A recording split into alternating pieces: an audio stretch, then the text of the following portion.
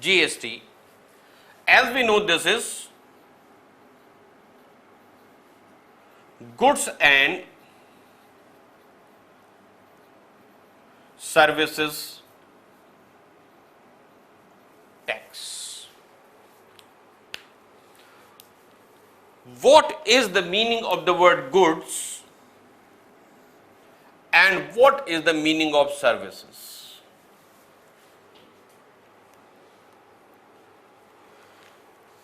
Now, before I go into detail, I'll give you something more to understand.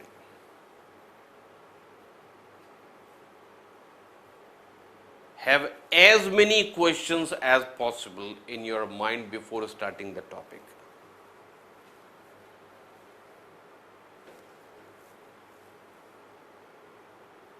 As many questions as you can. And for that, if you can refer the past questions, it is better.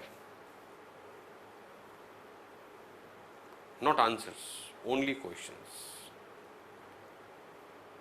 Right? So what will happen?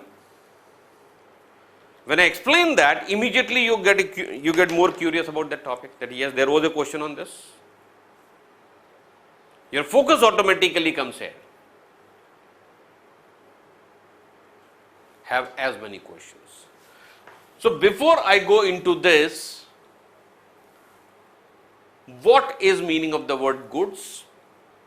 What is the meaning of the word services? What is called tax? That is a government share. Government tax means what?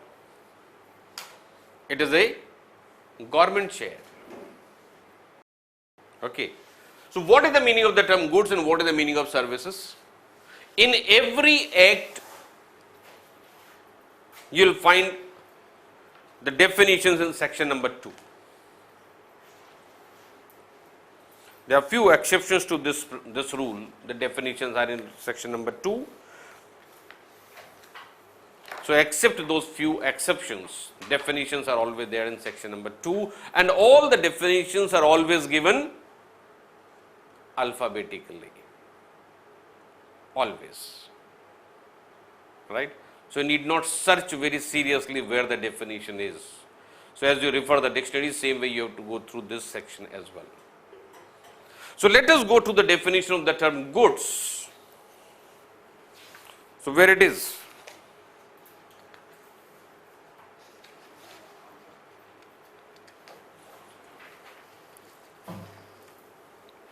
So this is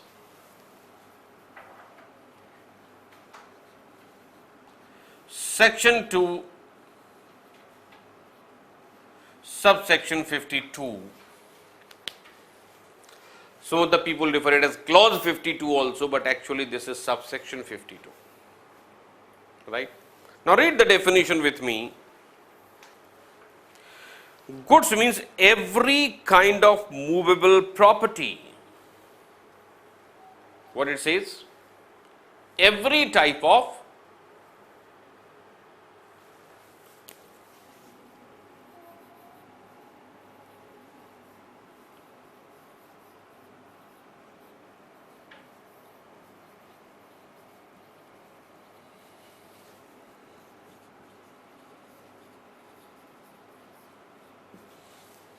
So when I say every type, type means what?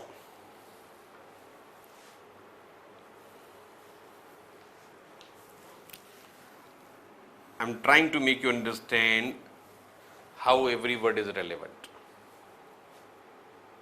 When I say type, this may be tangible, this may be intangible.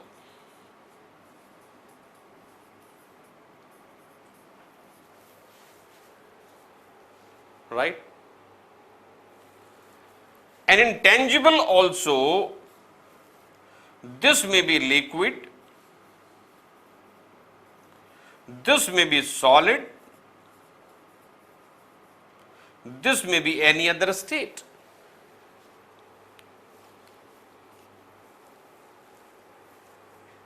Every type. Okay. Movable. Movable means what?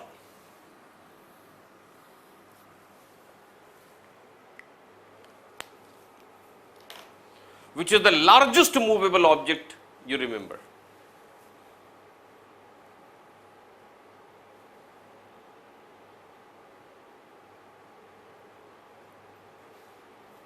Largest movable.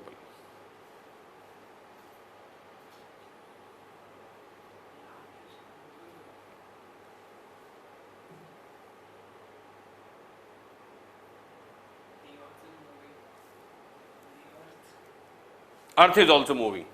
Then there is nothing immovable then.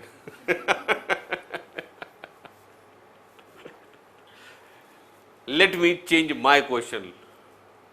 The largest movable object on the earth.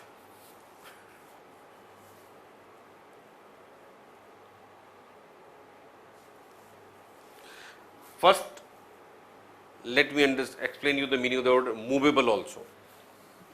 It is not saying it is moving, it is saying movable. Movable means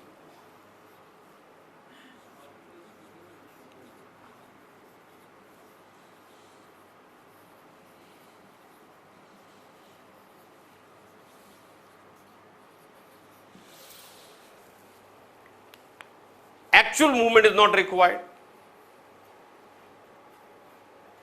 Actual movement is not required. Tomorrow you can see the technology where the buildings will also be treated as movable.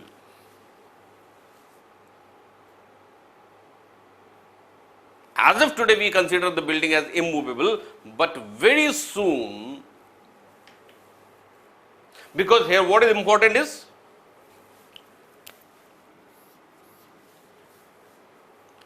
actual movement is not necessary at all.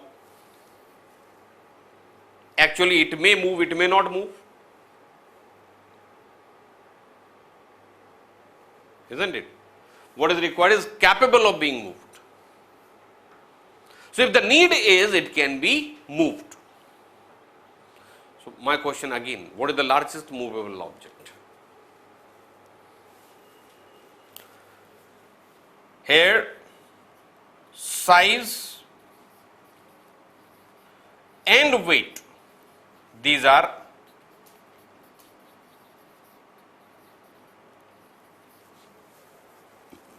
immaterial.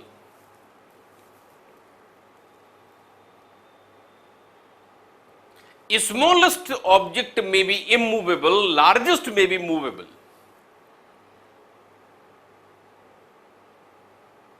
Aircraft. What is the weight of a Boeing? Any idea? Airbus 320? Around 60 tons without loading. With loading, it can go up to 80 tons. So, 80 tons is the flying weight. Space shuttle. Hundreds of tons, that is the flying weight. Means much lighter than movable. So, what is movable then? See the vessels. Large vessels. What is the capacity? Cargo vessels. Cargo vessels can carry 2,000 containers at a time. Every container is having 40 tons.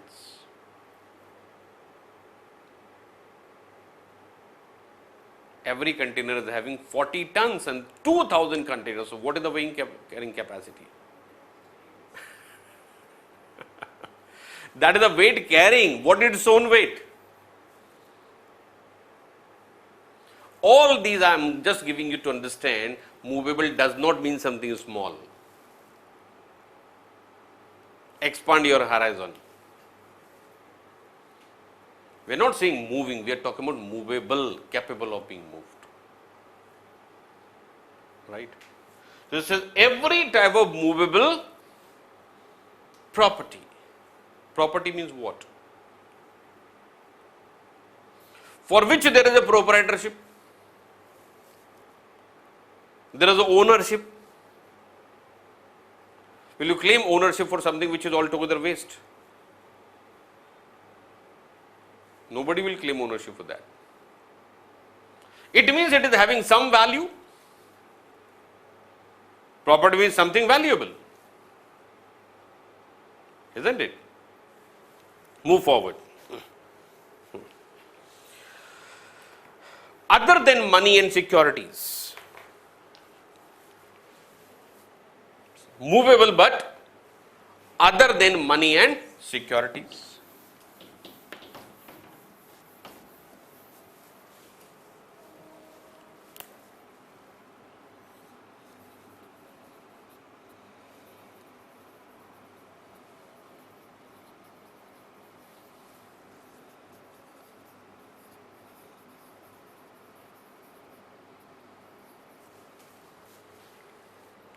What is money?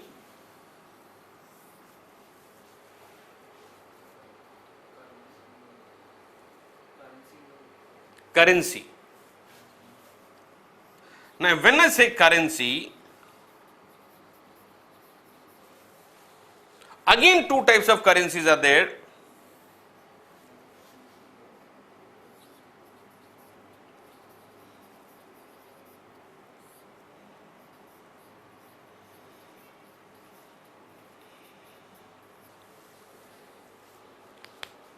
Which one is money?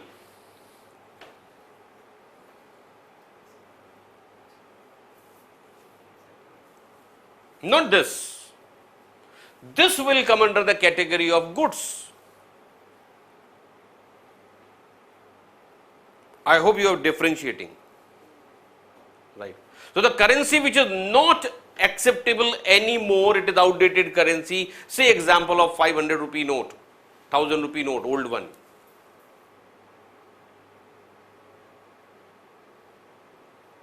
Right. Can you treat that as money? It is a waste paper. It is a waste paper. This is certainly under the category of goods. Got it? Now, acceptable currency, is it sold or not? Can it be bought and sold?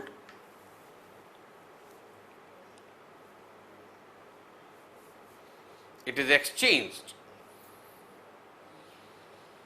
It is exchanged, it is not bought and sold. If you give a 2000 rupee note to somebody only for changing that into smaller denomination, have you ever told him, I want to sell this 2000 rupee note? What do you say? I need change. We're never selling that. So, when you never sell, it doesn't come under the category of goods. Money is not bought and sold. It is exchanged. Right. Then your question can be, what happens if we want to buy a foreign currency? That is also not bought, it is exchanged, and then for giving you that service, he will charge you extra service.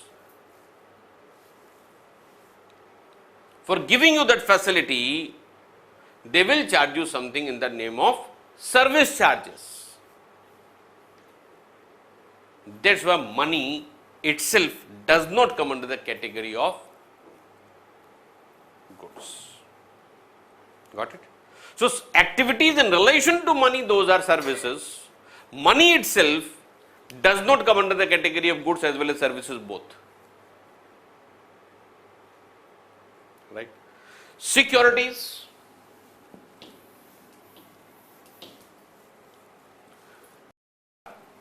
Instruments. Right? This is intentionally kept out. It can be kept under the category of goods, but if the taxation comes on this, market is lost. Intentionally kept out of that. Right. So the term securities itself is out of the category of goods and services both, but the activities in relation to security, those will be treated as services. Okay. Next, includes actionable claims. What is actionable claim?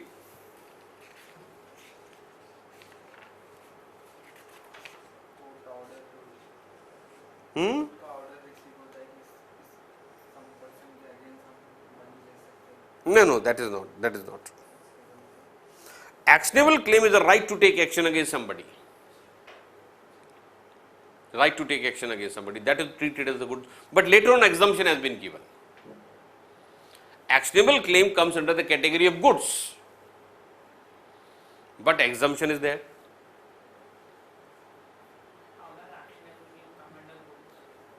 The definition says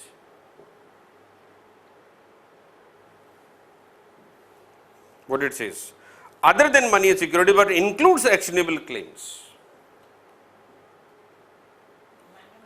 Actionable claim is under the category of goods, but since that cannot be separated from other things, that right itself cannot be bought and sold. Suppose I need to take 10 lakh rupees from somebody, and for recovery of that money I have some legal rights. I cannot say that money I will receive, legal action you can take. That right cannot be separated.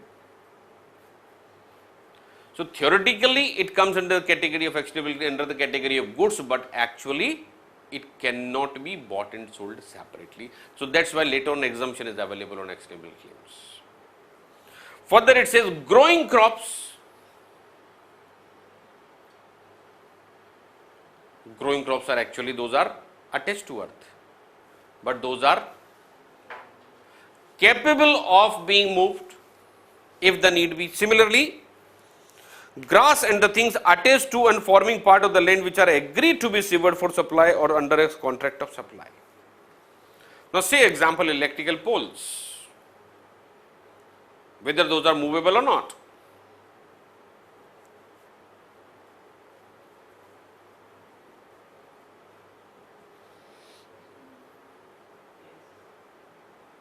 Those are movable or immovable?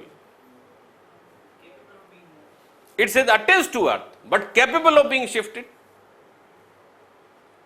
And when I say capable of being shifted, means without changing the form. If I need to cut it for moving, then it is changing the format. It can be just taken out, take it to the other place, install it there. So in exercise we used to have a test, what is movable, what is immovable. Something can be removed from one place, it can be reinstalled at another place, put to the same use earlier, and there is no material loss, then it is called as movable. What is immovable? Like this building. If I need to shift this building from here, it has to be demolished, okay, but it cannot be reconstructed as it is at another place. That's why this is called immovable, right? As of today we have prefabricated houses, those come in parts, bring it to the site, assemble it there, use it for months together, and when the purpose is over, then again it can be relocated at some other place. Those are movable. Those will come under the coverage of GST. Okay? Forming part of the land which are agreed to be severed before supply or under a contract of supply. So now we understand the term, what is the meaning of the term goods. So every type of movable property, including actionable claims, growing crops, and the things attached to earth, which are agreed to be severed under the contract of sale, but excluding money and securities. Clear? Next we move to the definition of the term securities.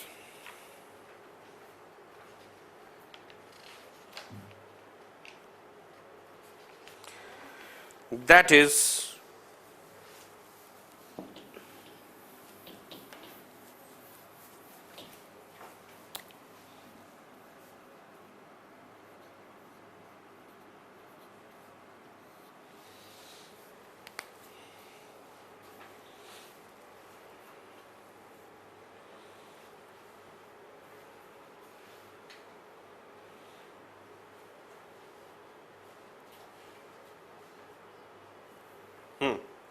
so this means anything other than goods, money and securities.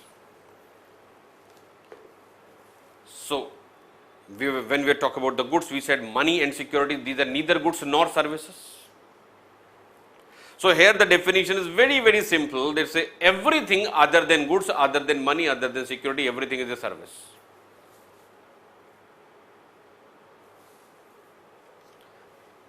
So here anything other than goods, money and securities, but includes activities relating to the use of money or conversion by cash or by any other mode from one form currency or denomination to another form currency or denomination for which a separate consideration is charged. Now understand this. If you have a 2000 currency note and you want to change it for 100 rupees denomination, now you need 20 currency notes of 100 each, right? Now you have 2000 rupees and you want to convert that into dollars, right? RBI has given the RBI rate, dollar rate as say rupees 70, but the person to whom you approach for converting the 2000 into dollars, he says, I will give you only $55 for 2000. Now multiply this amount with 70, how much it comes to? Sorry, not 55, this is 25.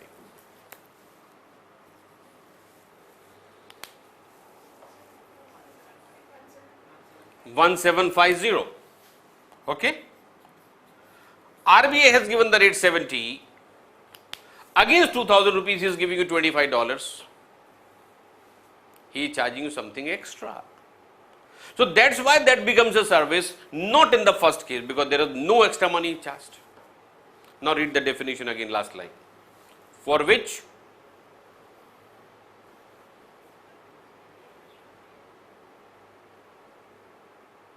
there is extra charge, right? So when you change the local currency, there is no extra charge, and so that is never treated as a service. In case of foreign currency, whether you take currency or you give foreign currency, in common language we say buy and sell. Actually that is not bought and sold, that is exchanged. There is extra consideration involved, that's why it becomes a service. Now take another example. Same 2000 rupees, you go to a bank branch and get a demand draft made for 2000 rupees. Now they will charge you rupees 50 as their own charges. Then this becomes a service.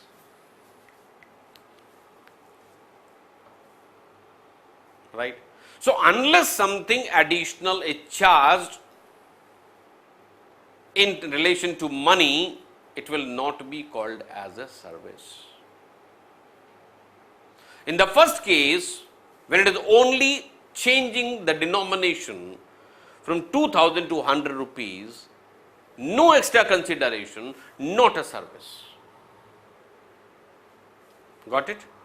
In the second case, when the same amount is there and now you want a demand draft and they are charging a service charges on that, it becomes a service.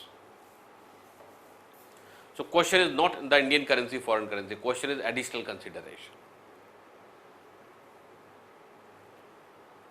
Got it? So now, coming to the basic word, goods and services tax. Right. So now we understand goods, we understand services. Tax, I told you that that is the government share authorized by law. So there has to be some transaction in relation to goods and services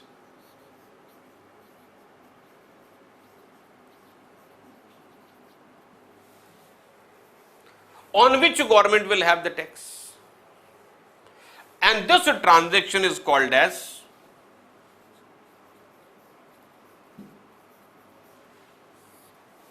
supply. This is the taxable event for the purpose of GST. Right. Because we said government share. So government will have a share only when there is revenue. If no revenue, no share. Isn't it? So where from the revenue is going to come? The transaction, and the transaction is referred as supply. The term supply has been explained in detail in section 7. See the title of section 7, see the first page. Page 1 on the complete index is there.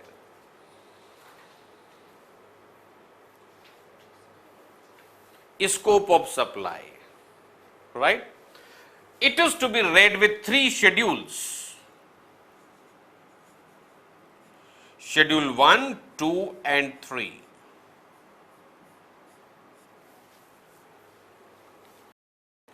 Section 7, read with schedule 1, schedule 2, schedule 3 of the act. Then you will understand what is the meaning of the word supply. Right? And the supply becomes taxable only when it is in the course or furtherance of the business.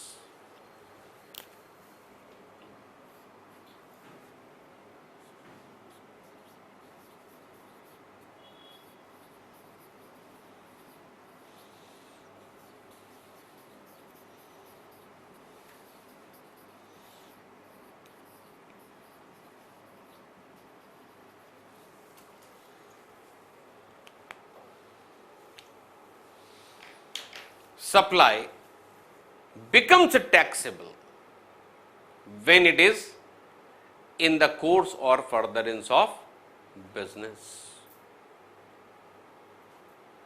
Every month we sell old newspapers from our home. That is a sale. Technically that is a supply, but not in the course or furtherance of business. For the seller, for the buyer it is in the course of furtherance of business. For the seller, I am talking about the old newspapers, right. So when we sell it from the home, it is not in the course of furtherance of business. That's why there is no GST on that. But the other person who is buying, for him it is in the course of furtherance of business. And to whom he is going to resell it? What is going to do with the old newspapers?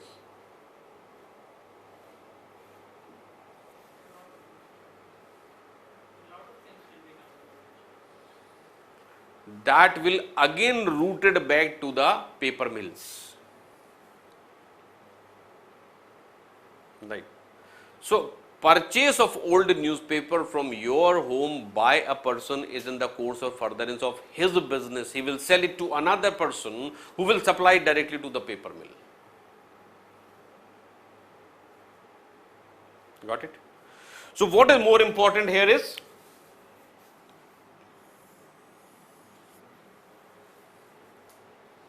because every activity becomes taxable only if it is in the course or furtherance of business.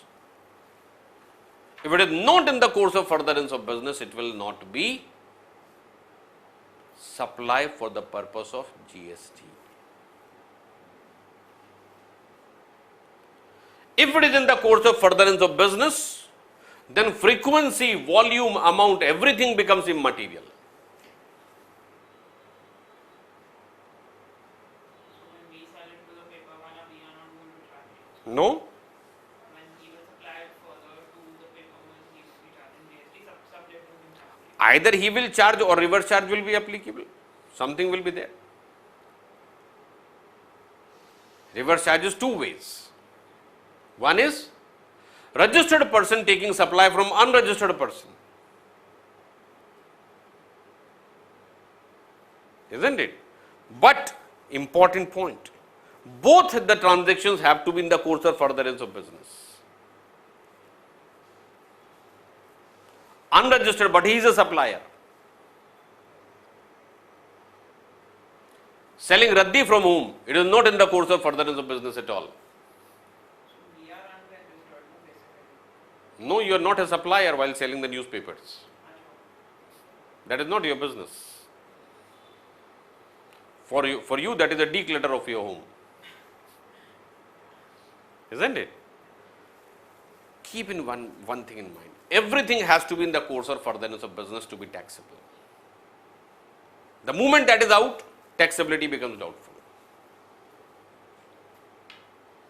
Clear? Just revise these two definitions. So now let us move to the next definition. I said one of the most important definitions may not be for the purpose of exam, but for understanding the GST, that is business.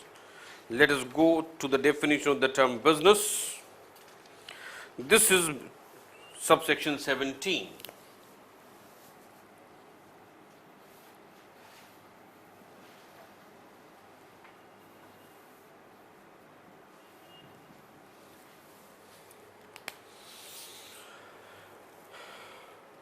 What is the first word in the definition?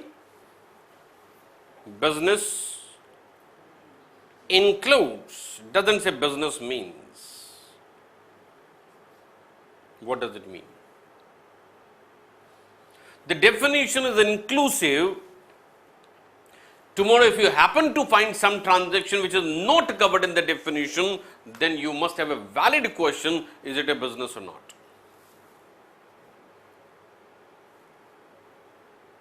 Because this is not saying business means. Had it been means, the definition would have been very, very easy to understand that anything other than this what we are going to read is not a business.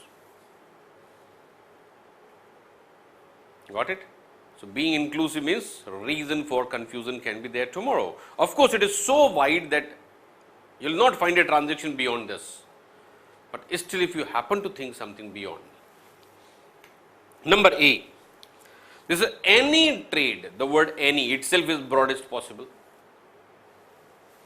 Any trade, commerce, manufacture, profession, vocation, adventure, wager or any other activity, whether or not it is for a pecuniary benefit.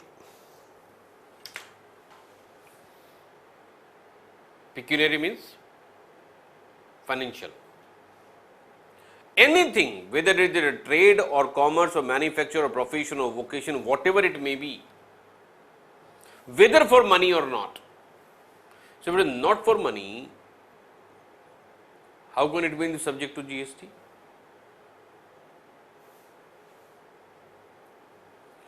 For that, I will give you the reference of schedule number 1. Schedule 1 says there are certain transactions which are treated as supply for the purpose of GST even without consideration. Those are not actual supplies, but those are treated as supply for the purpose of GST. Schedule 1. That is why here we have the wordings, whether for pecuniary benefit or not. Number 2, being business and taxable event, these are two separate things.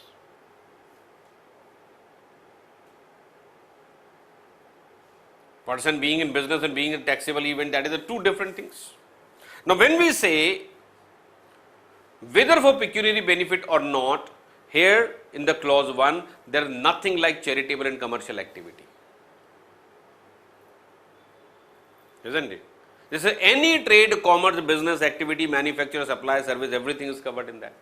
So what about the charitable institutions?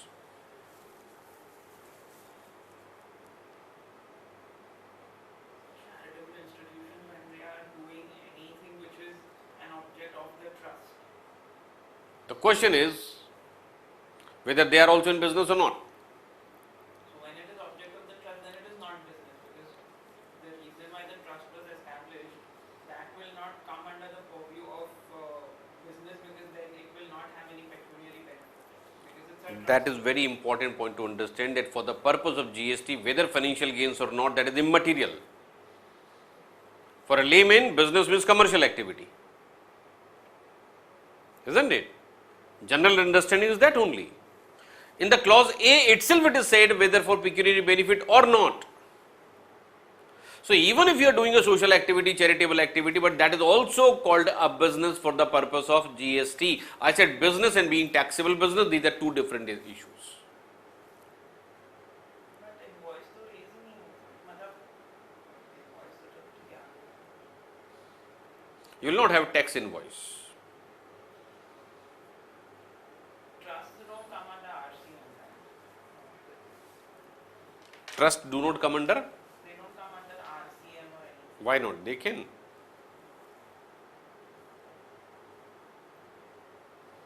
It is basic. Just wait for some days. Right now we are talking about what is business for the purpose of GST.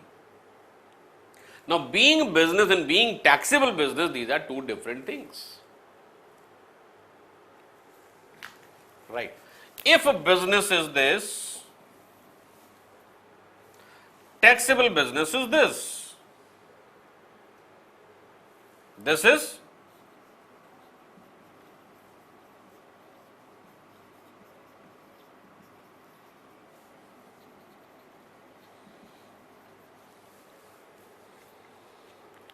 got it. So every taxable business is certainly a business, but every business is not taxable. Got it clear? Now read clause A again. What it says? Any trade, commerce, manufacture, profession, vocation, adventure, wager, or any other similar activity, whether or not it is for pecuniary benefit.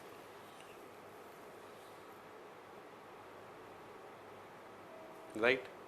So if something is being done without any object, without any intention of receiving financial gains or money, that is also a business, but it may not be taxable. That's what I wanted to make you understand, that being business and being taxable business, these are two separate issues.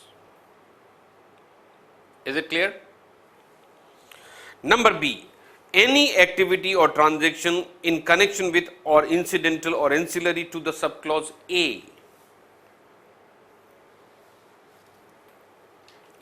Remember company law, object clause of the memorandum of association, main objects, ancillary objects, other objects. What are ancillary objects?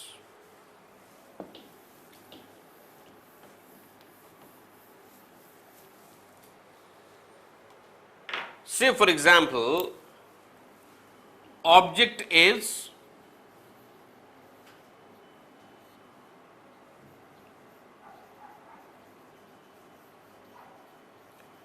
manufacture of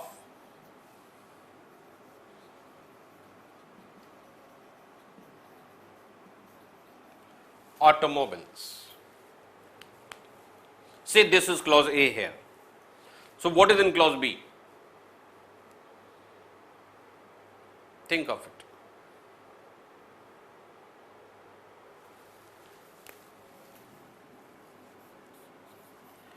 Now activities ancillary or incidental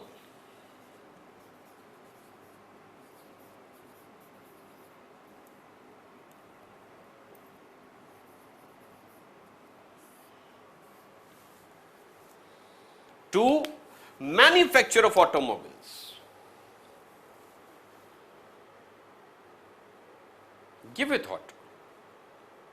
Tell me at least 5 activities which are ancillary or incidental.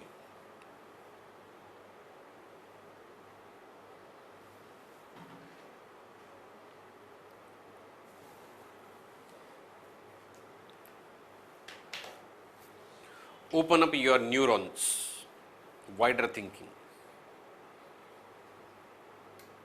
What to do with the manufactured automobiles?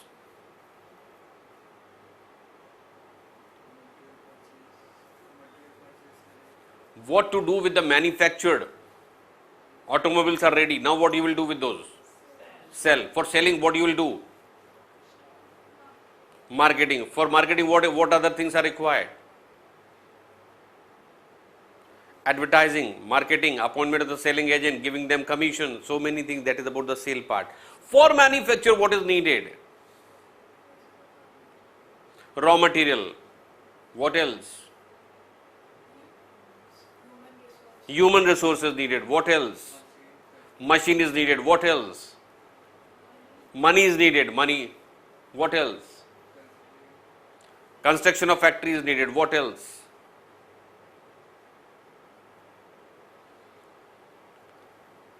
Go wild in thought. What all will be needed for carrying out this? Everything will be covered in clause B. I hope I give you idea, right?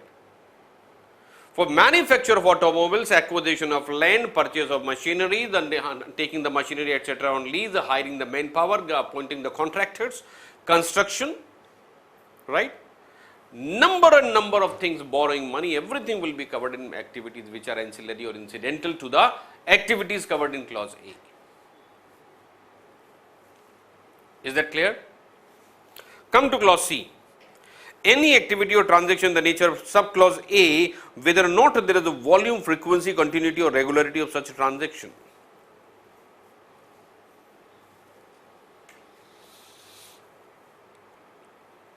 Continuity not necessary, volume not necessary, frequency not necessary. All the capital goods which are installed in the factory, those are not purchased on annual basis or regularly. Quite a possible number of equipments are there which are not going to be changed for next 25 years.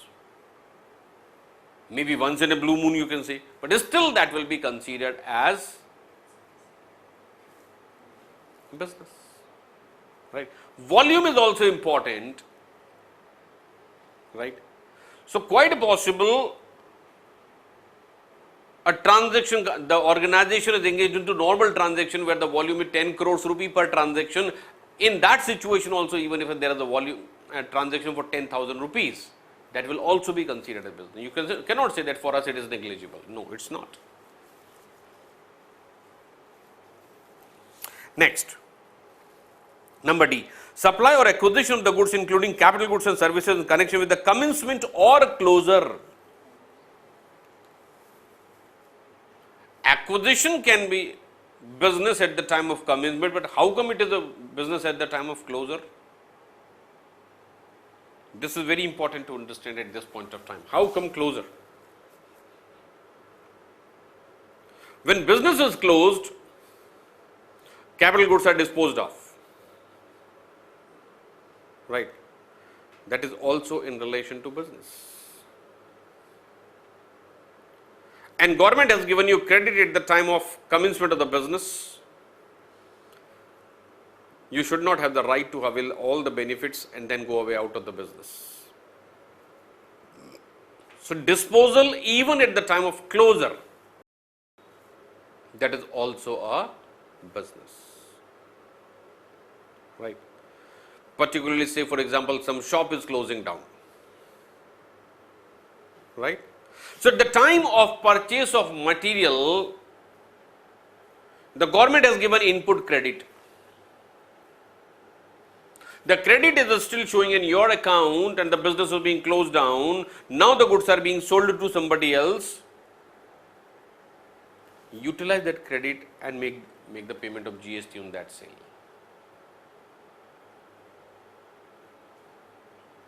Right? So that's why even disposal of assets at the time of closure, that is also a business. Not only commencement is a business, closure is also a business. How come commencement is a business? We have just thought of starting a business, we have thought of constructing a factory. Factory construction is going to take me more than 2 years' time. How come it is a business from today? If it is not a business from today, you cannot avail the credit from today. That's why it is a business from today. Next. Number E, provision by a club, association, society or such body or facilities of benefits to its own members. These are all unregistered organizations they have indicated. So unregistered organization is what? That is an association or the group of the people, those who are working for themselves. So maybe they have got together to work for each other, but still that organization and the member, these are treated as two different persons. Treated as, actually those are not, but treated as two different persons. So activities of the club or association, that will also be treated as a business for them. Admission or consideration of person to any premises. Admission to any premises, go to cinema hall,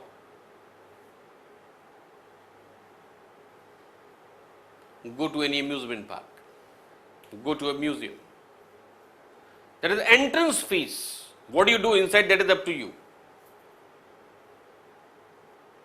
Isn't it? Next. Services supplied by a person as the holder of an office. Underline the word services itself.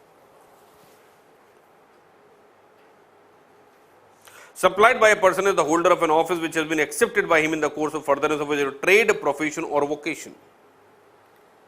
Simplest example, any person being director of a company. Not an employee. He is a director because of his profession or vocation. So accepting that office, that is also a business. Number H, that is recently added. This is activities of a race club, including by way of totalisator or licensed to bookmaker, or activities of a licensed bookmaker in such club. All the activities of a racing club. Now see what it was earlier.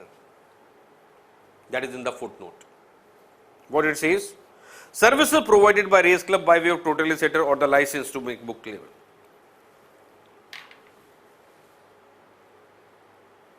What is the difference?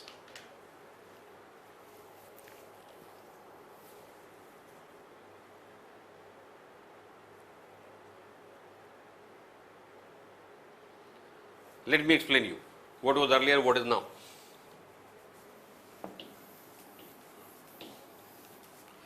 Before that amendment, what was said?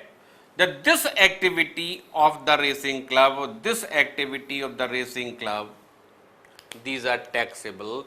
Any activity other than that, that will not be taxable. Now read the old one again in the footnote.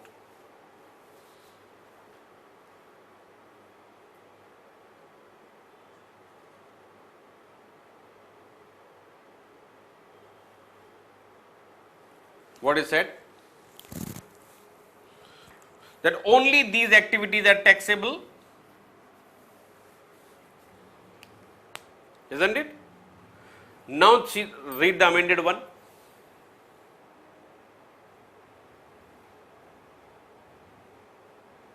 Say all activities of the racing club, including.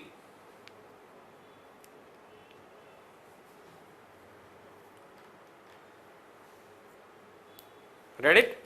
So now the scenario has become this. So earlier, if this was declared as non-taxable, now this N is removed because of amendments.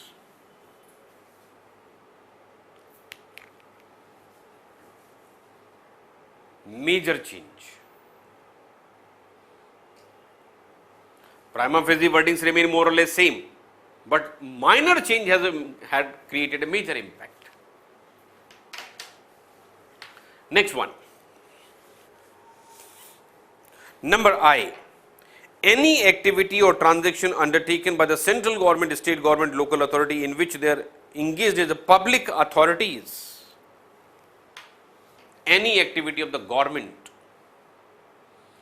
that is also a business. So that's why I told you that being a business and being taxable business, these are two different things. Don't get stuck up only in the word business. So as of today, we will say that charitable organizations are in the business of social service. Got it? Charitable organizations are in the business of social service, charitable activities. That is also a business.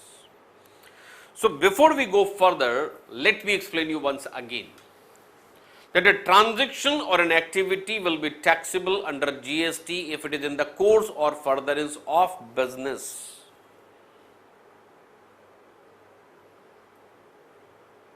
Right?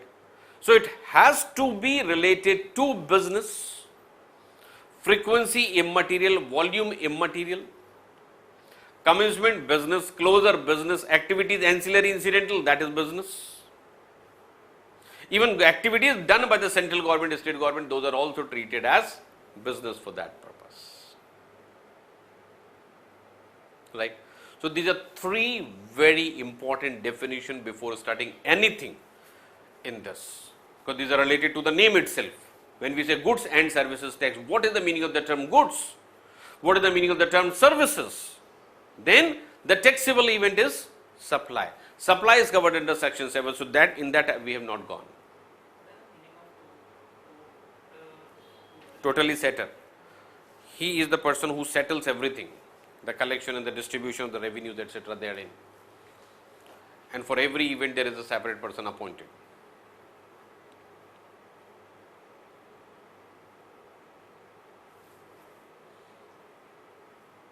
Got everything clear about the basics of GST?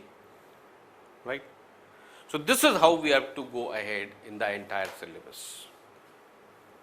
And I told you what is the meaning of the word understanding. When you understand the law, if you can explain it to somebody to make him understand, then only you understand. Right? And I'll ensure here that you understand the law.